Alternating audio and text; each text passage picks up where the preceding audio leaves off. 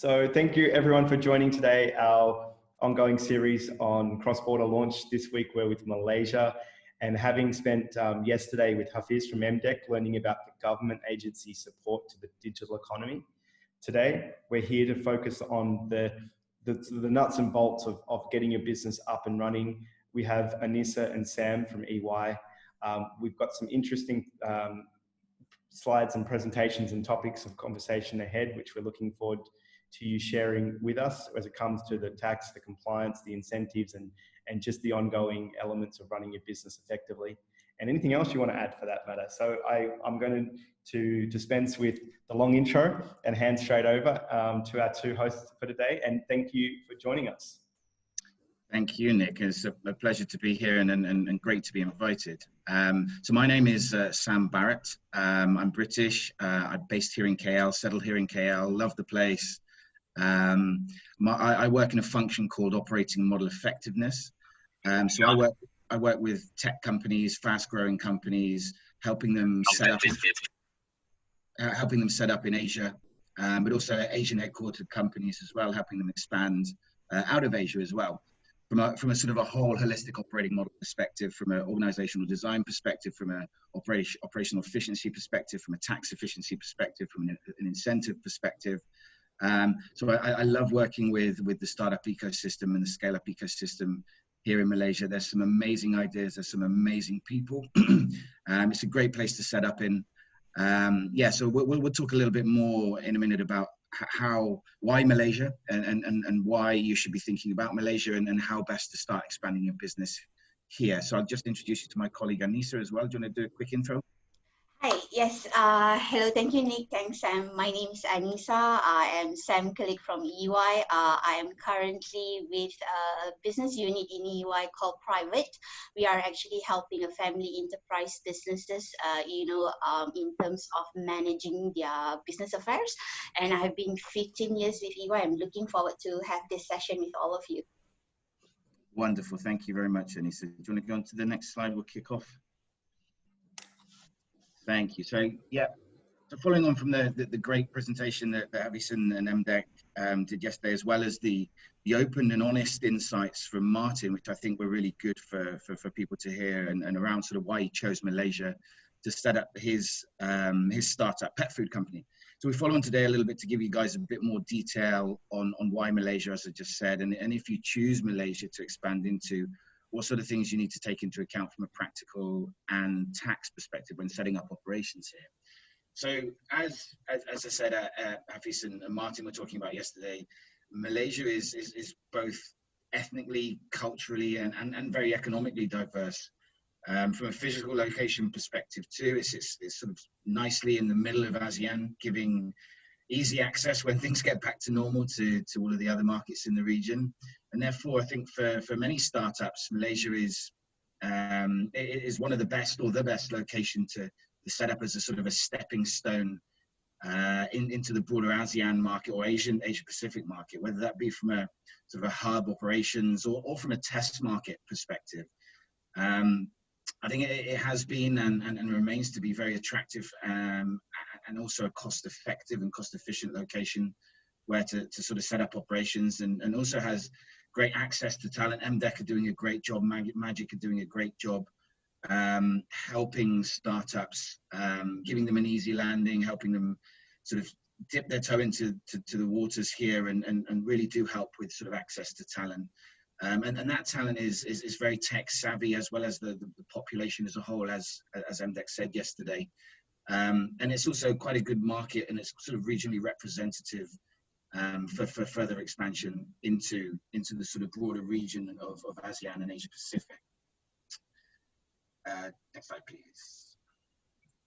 So, I mean, all this slide is just really saying is, and again, as the guys mentioned yesterday, ASEAN as a whole is now and will continue to be one of the largest markets in the world, and so is really a key market for you guys and startups and scale-ups, as well as multinationals that are not already here to consider.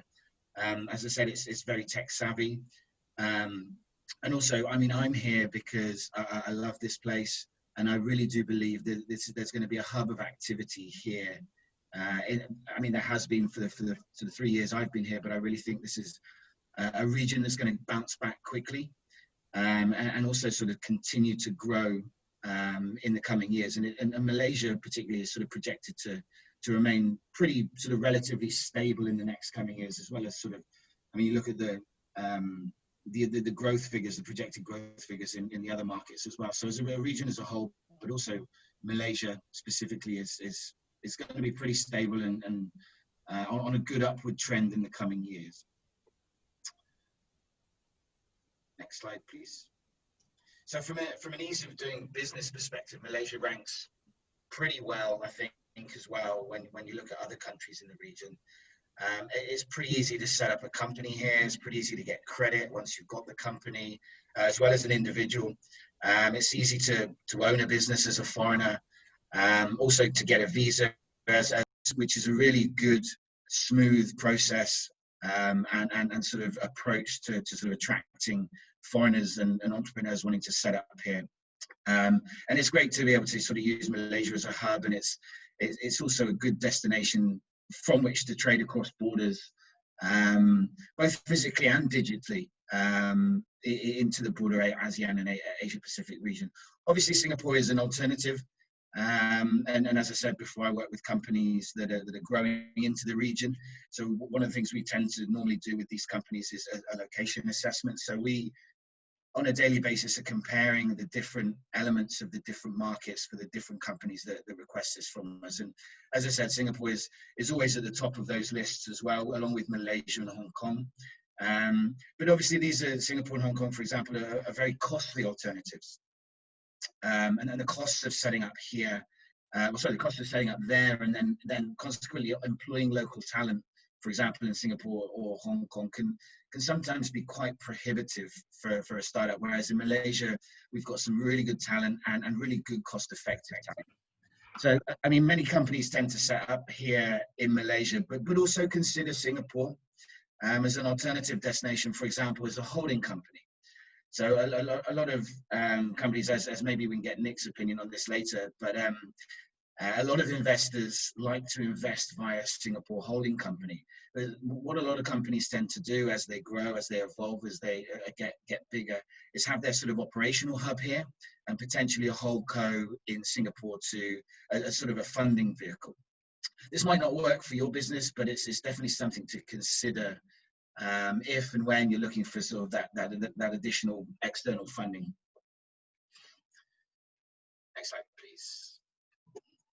So what's been happening here in Malaysia during COVID and sort of who have been the winners and losers? So if you believe all the numbers, I think Malaysia's done a pretty good job of handling the pandemic.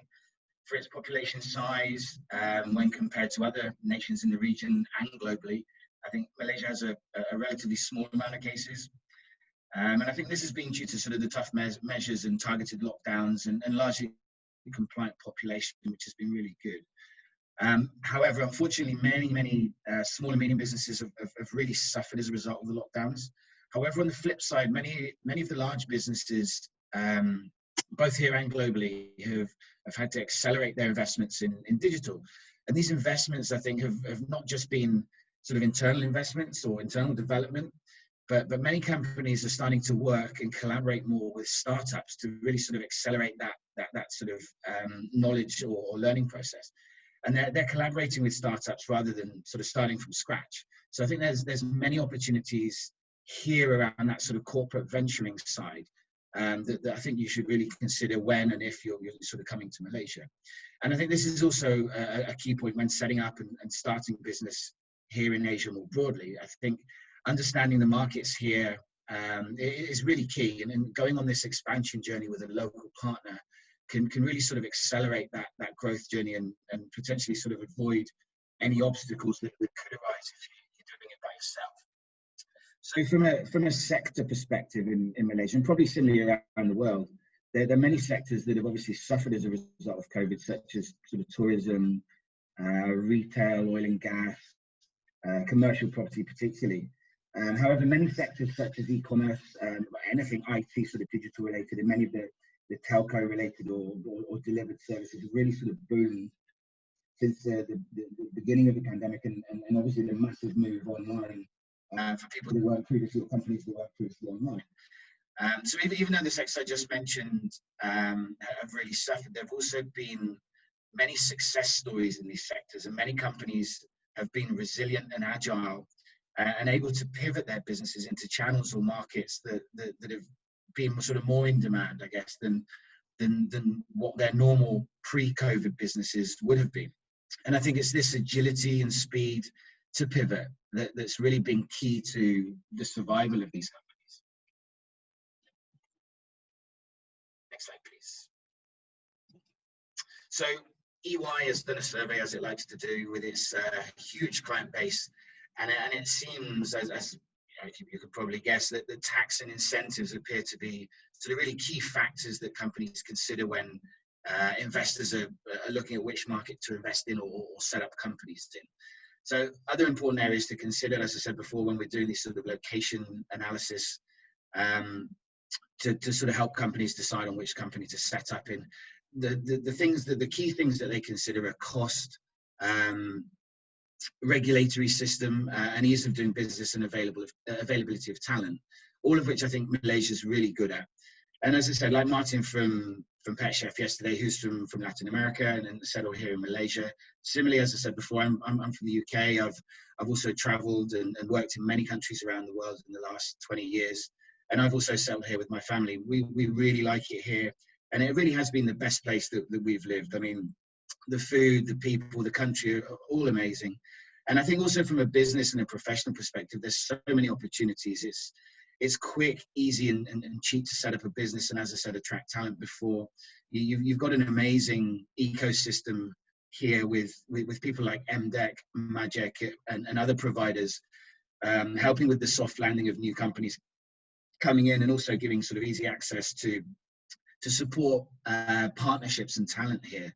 Also, as I said before, the funding landscape is also something to consider when moving in, and that is hugely improving, particularly with sort of the government support around equity crowdfunding, as was mentioned yesterday as well. Also, there's many acceleration programs and access to venture capital funding, and the venture capital firms themselves is a lot easier here than you may think. So if you've got the right network and the product or service or company that you're offering, there's huge opportunities that you might not get elsewhere. So from a tax perspective, I'll just hand over to my colleague Anissa to walk through the sort of the tax and business setup requirements here in Malaysia. Right, thank you, Sam. Let's continue. I think tax is something, most topic that businesses try to avoid, but I would encourage, especially for those new businesses, I think we have to make sure that in terms of taxes, you do the right thing from the start. So let's compare what Malaysia have in terms of our corporate tax rate. I think Malaysia stand fairly, I think, close enough, but our corporate tax rate at 24%, although Singapore have a lower one, and we heard that Philippines are also looking reducing their corporate rate by, I think 2027 they are looking at 20%, and I'm sure Malaysia will then just consider, and then we'll see what we would have in future. In terms of tax scope, I think Malaysia is one of the best country. We are generally tax those that you earn from Malaysia derive. So those that you derive from outside Malaysia, we are not on worldwide scope, unlike Indonesia. So this is something that you would like to consider. So whatever you earn and derive here will be only taxed in Malaysia. In terms of withholding tax, if you look at dividend, we're not imposing any withholding tax for payment of dividend. So any payment dividend to a non-resident Malaysia, outside Malaysia, no withholding tax. Service tax, interest and also royalty. I think for those that we have tax treaty with other countries, if you can see Malaysia, we have more than 70 treaties already signed, and that will be something that you wanted to consider, because with treaty you would enjoy a reduced rate as compared to 10, 15, generally 10 and 50%. You might have lower 5% or even 7%. We look as you go global, transfer pricing also is something that you would like to consider. And yes, Malaysia, we do have transfer pricing legislation.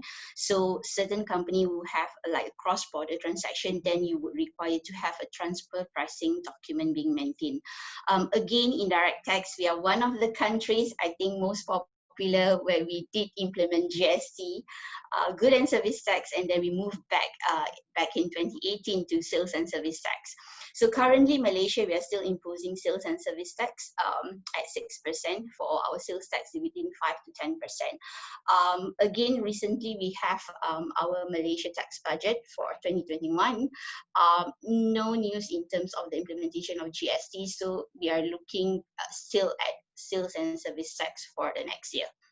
In terms of digital tax, again, like most startup, e-commerce is something that you wanted to consider when we talk about digital tax. We do impose digital tax through our service tax, and will be start from 1st January 2020. So do look out on this area if you are using an e-commerce platform, especially providing a digital services to Malaysia, or you are also acquiring from someone outside Malaysia. Just sorry, Anissa, on that point, it is really important for startups, yes, and scale-up companies to consider this. And it really needs to be incorporated into your forecasting, because so for a lot of startups are loss-making in their sort of initial stage, and this digital taxation and indirect taxation is really something that needs to be considered to sort of minimize any cash tax leakage. And this really needs to be built into your margins when you're doing your forecasting. Agree. Yeah, because unlike GST, usually it's not a cost of doing business, because then you can recover certain costs from the authority. But sales tax is something that is embedded into part of your business cost. So yes, Sam, I do agree. You need to look out for this when you're doing your cash flow, especially in terms of personal income tax. Our tax bracket range between 0 to 30%. Maximum is actually highest bracket will be the 2 million. I'm not so sure how many of us in this forum currently earn in that. Sam probably. One day, maybe not. Yeah, not now, right?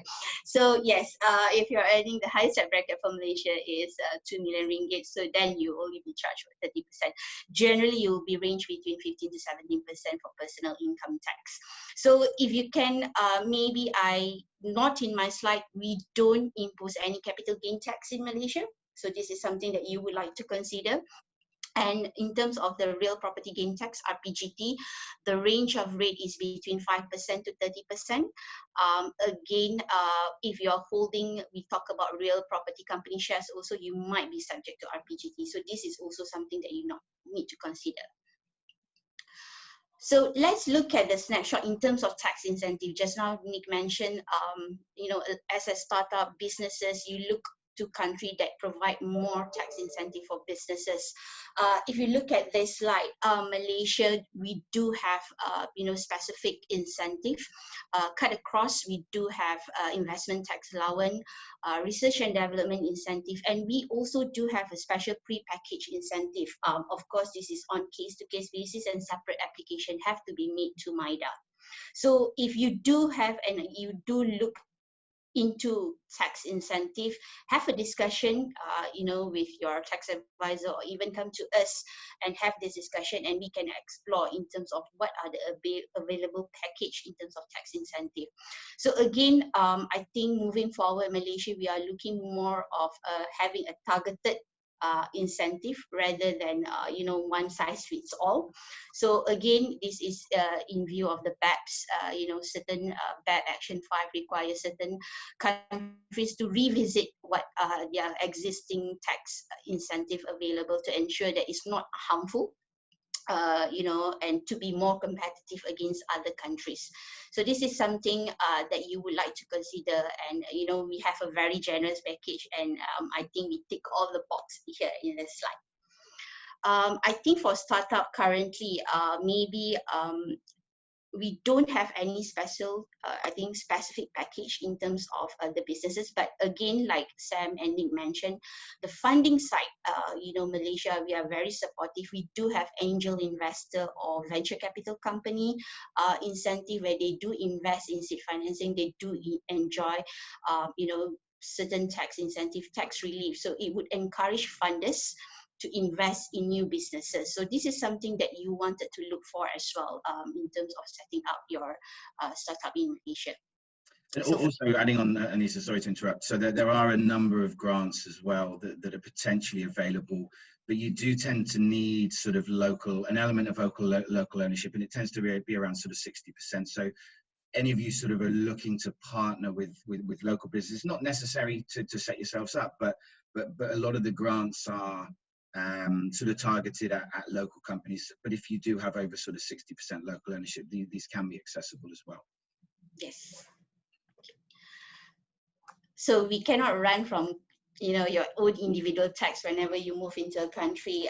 Again, if you stay in our country more than 183 days, then you will be subject to our individual tax rate. So Malaysia, we currently at, I think this one we look at the corporate income tax, but be mindful also in terms of your individual. For corporate tax rates, we are currently sits at 24%. With even the new budget announcement, then there is no reduction in terms of our corporate tax rate currently. It still stands at 24 for 2020 and 2021. But I just wanted to mention, we do have a special, I think, reduced rate in terms of businesses to those that is small, medium enterprise. They would enjoy a reduced rate of 17%. So if you fall under that category, then you will enjoy a slightly lower tax rate as compared to 24%. So again, like we say, as corporate tax rate drop, we see a lot of more foreign direct investment, increase as the years go by. Again, it's proof that corporate tax rate is something that foreign considering before they're entering into a specific country. So yes. So now let's look at the more from an operational side of businesses. Common structure of entities in Malaysia. Again, we do have sole proprietor, private limited company. In Bahasa, we call it as Sendirian Berhad. At least I wanted to introduce certain Bahasa to all this audience today. We do have public limited company, which is Berhad, and partnership. Again, other structure, we do have limited liability partnership, LLP, and we also allow branch of a foreign company to open in Malaysia. Again, the most common structure would be, I would say, private limited company, especially for the new startup. In terms of ownership, private limited company, so long that you have range between 1 to less than 50%, then you will fall under that category. For ease of establishment in terms of, incorporation of a company, sole proprietor will most easiest, but others would require to register with our company's commission in Malaysia. But not with partnership. Again, you need to have a special partnerships agreement. Directors requirement, entity like private limited, you will only require 1 directors. Public, of course, slightly more, 2 directors at minimum. Share capital, the minimum requirement is 1 ringgit, but we rarely see a company start up with 1 ringgit. But then again, that would be the minimum requirement currently in Malaysia in terms of share capital. Just a couple of points, sorry, Anissa, on there. So if you're also exploring or coming into the market for the first time, an alternative as well is to set up a rep office. So that's also possible if you're not sort of making sales when you're sort of dipping your toes in the water here. And to your question, Nick, as well, do you need a local director? Yes and no. So it depends on the type of company. Anissa, do you want to go? Yes.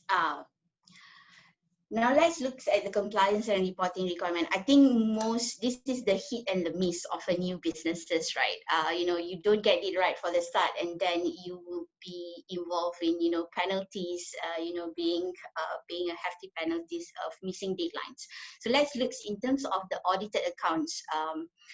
Lodgement of audited account, most companies is required to our companies corporation Malaysia, CCM, especially for newly incorporated, you are required within 18 months from your incorporation date to have an audited account. So in short, you have to appoint an auditors in Malaysia and to help you in terms of preparing your bookkeeping and account. For private companies, I think in terms of the deadline, private company, we always look at the financial year end. so long that you have to do it within the 6 months from your financial year. And similar with public company, again, but I think for public company, there is an extra requirement to submit your audited account to Bursa, because you're in a fixed exchange board. So that's some additional requirement for a public company. Although we do have a certain audit exemption for private company, again, there is a certain condition that you must meet, dormant, zero revenue, and also some threshold qualified company requirement.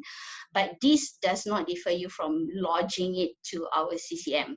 Yes, it's audit exempt, but you still need to lodge it to our company's commission in Malaysia. So that's on the audited account side. Let's look at what would be the annual requirement for your tax return filing. I wanted to emphasize this: Malaysia, we are on self-assessment. Most tax filing is online, so I think that will be an ease of a lot of taxpayers looking for this no more manual filing. Tax filing is to our Inland Revenue Board of Malaysia. The requirement is 7 months from any of financial end that you choose for your businesses. So for example, if you are 31st December year end, then the requirement will be by 31st July. Again, I wanted to emphasize, COVID situation, a lot of, I think, extension of time being given to businesses currently. I don't think not only for Malaysia, other countries are adopting as well some extension of time to ensure that businesses meet all the requirement, especially on the control movement. People are not going to office, so this is something that also I think you wanted to consider. Malaysia are very supportive. Our inland revenue authorities are very supportive in understanding the challenges that business is facing currently. Estimate tax payable businesses upon commencement of your business, 3 months. Within 3 months, you have to submit your estimate. Although the balance of tax payment, majority, I think mainly you will do it upon submission of your annual returns. So it's just this estimate, the one that you need to pay upfront with over a period of 12 months, if you have any. And of course, you can do a revision if you find that your estimate is not, up to the requirement. So you do have 2 times, especially in your 6 months, in your 9 months. So again, I just want also to touch a little bit in terms of the employers and employee obligation. So for those businesses that when you come to Malaysia, you do have to register with Employee Provident Funds, EPF, 7 days from your, I think as soon as you're hiring someone from Malaysia, then you have to do a registration for EPF. For SOCSO as well, Social Security Organization, something that you wanted to also look at and register. Again, for employer, we do have a separate registration number. So you would have a company registration number with our Inland Revenue Board, and you would have a separate one for employee registration number. So for employer registration number, this is for the purpose where you do a monthly reduction, tax deduction for your employee. So that is required in order for you to do so. Other obligation will be your, again, I just mentioned monthly tax deduction. Again, you also have to notify Inland Revenue Board in terms of your commencement and cessation of your employee. I think that would be in general the requirement for most company, apart from appointing a COSAC, a local company secretaries, having a business address in Malaysia. I think is one also a requirement that you have to consider, and opening a bank account in Malaysia. I think that will be generally it from us, Martin. Sorry, Nick and Sam, if you wanted to add on any. No, just going back to the point earlier about whether there's a need for a local director. You can have a nominee here to be those directors, and that's pretty easy to set up. So it's quite straightforward to set up. Yeah. Another question. I was actually asking about an entrance into the chat, which let me just help out 1 second. And one more person from our company joined. Okay, sorry. Yeah. I don't see the request, so make sure they've got the link that was in the calendar invite, Ami, and we'll let them in as soon as they come into the Zoom waiting room. Thanks for the clarification on the nominee director. That makes sense. It's something that obviously people don't think about until they have to get into the setup stage. Yeah. And I know, for example, Hong Kong waives, but Singapore requires a local or nominee. So interesting that Malaysia follows suit. I will kick off questions if this is the pause point for you both. Yes. Will do. Thanks, Anissa, and thanks, Sam. I mean, that was not just interesting, I think, from a pure Malaysia perspective, but you gave a lot of interesting color to the other countries in the region for comparison point. And you know, I think that's useful for those of us in the APAC Collective who are still making decisions, who are not yet clear. So having that broader look was certainly quite useful. I did learn a lot, I think, in the last few minutes. Here's Simon. Just give me 1 second. I'm going to let him into the session. One of the things that you touched on actually was around no capital gains, no tax on dividends, which is a great incentive for founders because they're obviously, you know, delaying the potential upside of the financials that they seek to receive. And so to be in jurisdictions where dividends are treated more favorably, as one example, is really compelling. But before they get there, it's often about funding, and it's often about, or if they're waiting for funding, it's often working capital. And I think you touched a little bit on funding with the equity crowdfunding. It's a bit off topic, but do you mind, even if you get the chance, Anissa or Sam, to spend a few seconds on that? And if there's anything that's favorable around working capital, or what if it's a similar challenge as it is in all markets? Two-pronged question. Sorry, when you say working capital, what sort of thing do you mean? I mean, a lot of people are, in some cases, they're raising equity to meet working capital requirements, just to, like, for growth or for launch, and that because they can't get access to loans, you know, at early stages. The business doesn't have enough history, you know. So is that the same problem in Malaysia as it is in most markets, or have you seen anything locally that is an incentive or an attraction point? You touched on equity crowdfunding, which is a little different. Yeah, I mean, it's the same as other markets. I mean, a lot of companies are struggling. As I said, there's a number of so access to a number of grants if you do have a local majority partner. But yeah, I mean, from an equity crowdfunding perspective, there are a number of, as it says yesterday, a number of providers here who have licenses, and it's a pretty buoyant market at the moment. And if you've got I mean, you see the good ones. I mean, there's a couple on the sort of public platforms at the moment raising millions of ringgit. So if you do have a good business, it's really, really beneficial to consider that. And as Hafi says yesterday, I think, correct me if I'm wrong, Hafi, so every 100 that's invested, the government will match that with 50 as well, I think, sort of 2-to-1 investment. Yeah, it's been announced since last year through the Securities Commission, but they're continuing it in this new budget up until next year. So yeah, that's correct. And do you have to have a local ownership requirement threshold? Like, is there, like, you need to be 50% locally owned, or as a foreigner, where sometimes these provisions are scaled back for many rightful reasons, taxpayers have to fund this. Is this open to all, or is there minimum thresholds that need to be met? I think if you're a Malaysian company, so you set up your company here and you're based here, I think you can access the funding platforms. Okay. And that also, Hafiz, does that extend also to some of the government support, or is that just more for Malaysia-owned companies? Well, for government support, especially MDEC, as long as you are a Malaysian registered company, then that's fine for us. You know, we don't really put restrictions on the founders, where the founders are from. As long as it's a Malaysian company, then that's fine. Okay. And that's really good. I mean, I do a lot of work with MDEC and really sort of shout their praises. I mean, there's so many different departments there. I mean, there's one which I think Hafiz and Ryan work for, which is really sort of helping Malaysian headquartered companies grow externally, or fast growth, or the gain companies.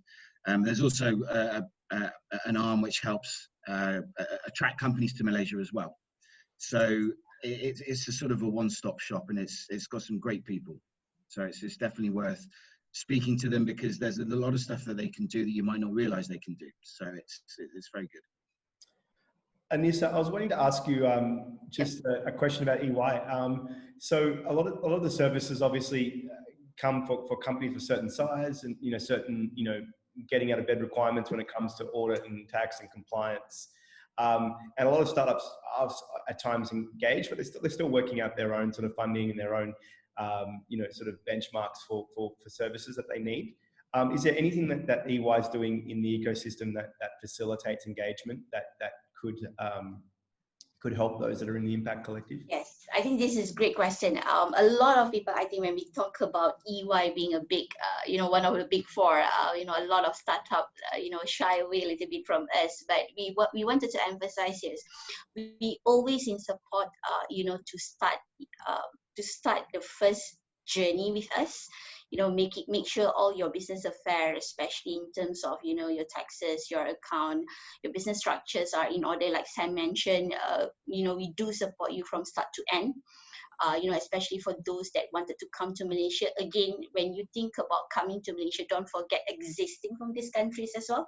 Exit also is another, another headache for some businesses, and a lot of hidden costs, sits there.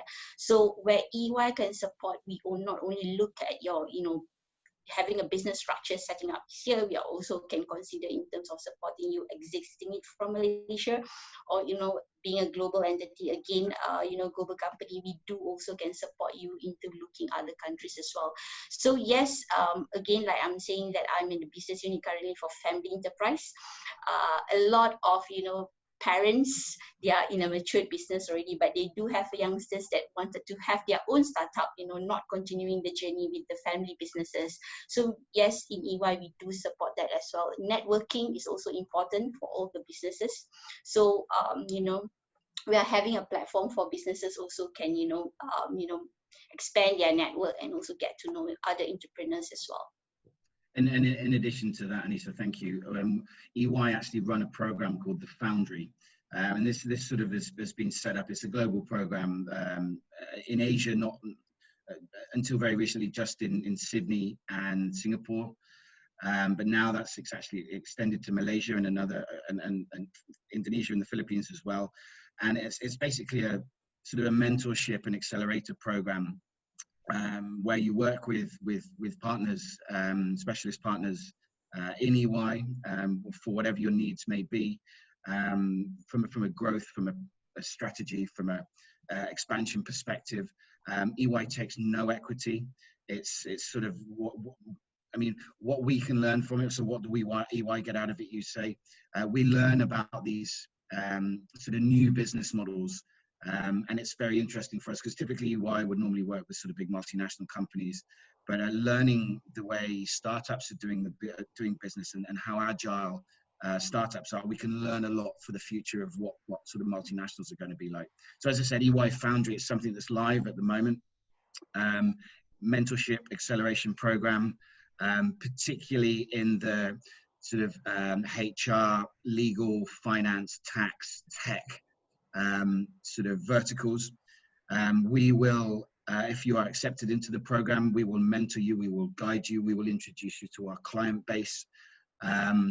As I said, we take zero equity. So there's many benefits of being involved in that program. So if you have a startup in any of those verticals, please do reach out to us and for sort of further information on that.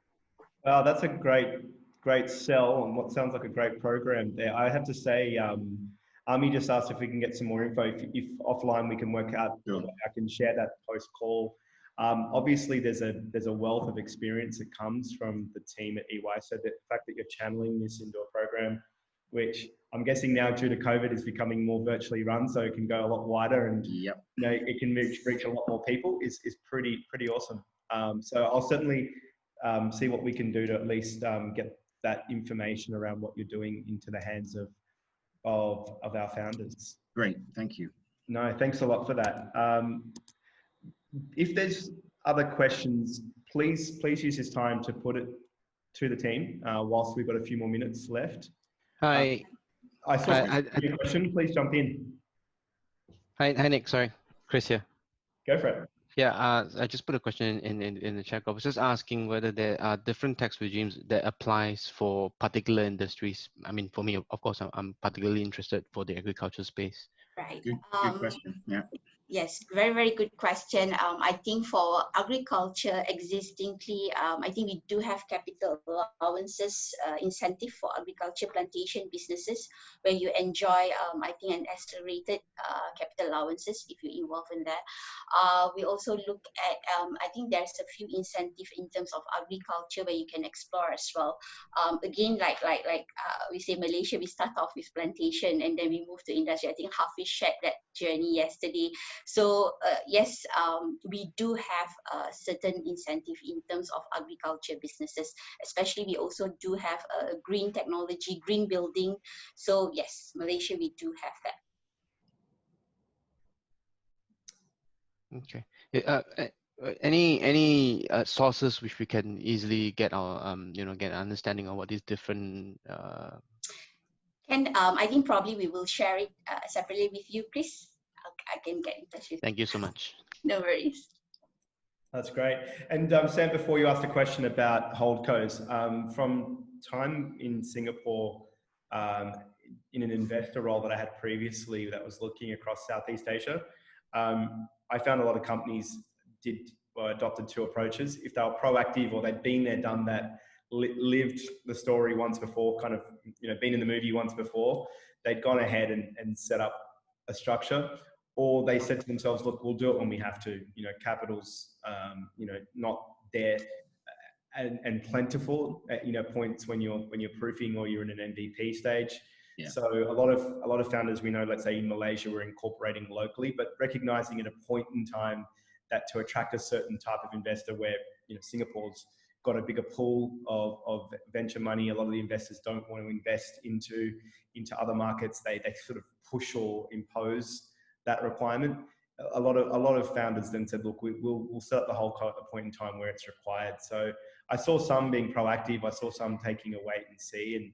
And I think investors, well, at least our perspective was, okay, we understand it from both sides. Yeah, I completely echo that. I mean, it is, if you're an immediate startup, MVP stage or sort of seed stage, I guess, no real need to set up a Singapore holdco, but it's finding that point in time where it's going to be beneficial or attractive to external investment. And it's all about being ready, and you need the foresight and the plan to sort of do that. Because I've seen a lot of startups that are not investor ready. They haven't done their sort of own due diligence, whether that's from a financial, legal, or tax perspective internally, as well as from a structuring perspective. I'm actually working on a program at the moment with the Securities Commission and the Capital Markets Malaysia to get the mid-tier, 300 of the mid-tier companies in Malaysia investor ready, or sort of to sort of help them take that step up from a professionalization perspective, making sure they've got that internal structure, making sure they've got that external team ready, making sure they've got their whole operating model that's ready for investment, because a lot of them aren't, whether that's from a mindset perspective or from a structure perspective, and they need to be ready. And so that's a similar approach that startups and scale-ups need to take as well when they're becoming ready or trying to become ready for external investment. Is professionalization of internal structures and processes, and also external structure as well. I think you just touched on it in the last point you made. The professionalization of process is often missing when you're too busy out there trying to close your first contract, trying to sell, trying to get the business up to break even or to revenue or whatever your North Star metrics are. Yeah. And it's so often that people don't do it as proactively until they have to, and then they've got to go back. My first company, I was in that position, and we had to go back on 2 years and to get ourselves ready for sale, and it was like a terrible process I never want to do again, because a lot of the information was there. It just wasn't, structured at the point that we were actually operating the business, which I think in itself is a deficiency. So, going into my second company now, I've realized the errors of ways, but we don't all have that ability. So I think that what you're talking about in terms of having a program that potentially gives signposts, or that gives some view of what to do for first time, especially, it sounds pretty interesting. I know, it's fascinating. It's wonderful to work with these companies. That, like you said, it's not necessarily a priority, but as you said, you're always sort of working on business development, working on your company and growing your company. It's not always the first or one of the top 10 things on your list, but it should be. Yeah. And as you said, you learned, as I did. I mean, prior to EY, I worked for a company called iFlix, and I saw many things they did wrong, and fixed many things they did wrong. So I've seen it both as an external consultant now, as well as in sort of hands-on in the trenches. So I know what companies need to do. I know what companies shouldn't do, and it's also sort of plotting out that evolution or that growth journey and understanding what's important at which stage. Yeah, absolutely. I think we went off track a little, but it was actually a good sidebar to the expanding into Malaysia, because I think this is something that we're all thinking about as each day passes with our respective journeys and the companies that we're building. I'll give everyone a chance to ask any final question. Otherwise, being conscious of time, we will try to wrap this up. So unless there's anything coming in, going, gone, I want to pay special thanks to Hafiz from MDEC for helping facilitate this last 2 days of sessions on Malaysia and bringing in the expertise, knowledge and insights from Anissa and Sam from EY. I have to say I've learned a lot from today. There are a couple of follow-ups that I'll help facilitate that we can take offline in terms of some more information about your mentorship program. There was a request about any of these slides being available. If so, I'll make sure it gets into the hands. And again, I want to thank you both. Thank you. Pleasure to be here. Thanks everyone for joining. And Thank you. A heads up that we have another cross-border launch on Vietnam that's being posted in the channels as part of this ongoing series. And we're coming up against the final days of the program. There will be a all hands town hall, I believe tomorrow, to kind of give some insights from the team in terms of what to do around these leaderboards and final conversations with experts and judges, and the pitching that can take place if you make the top 20 that will be kicking off in December. So if you can join that town hall, otherwise reach out to your regional anchor or home group facilitator and they can give you some info on the next steps of the Impact Collective. Thanks everyone. Thanks guys. Day. Cheers. Take care. Cheers.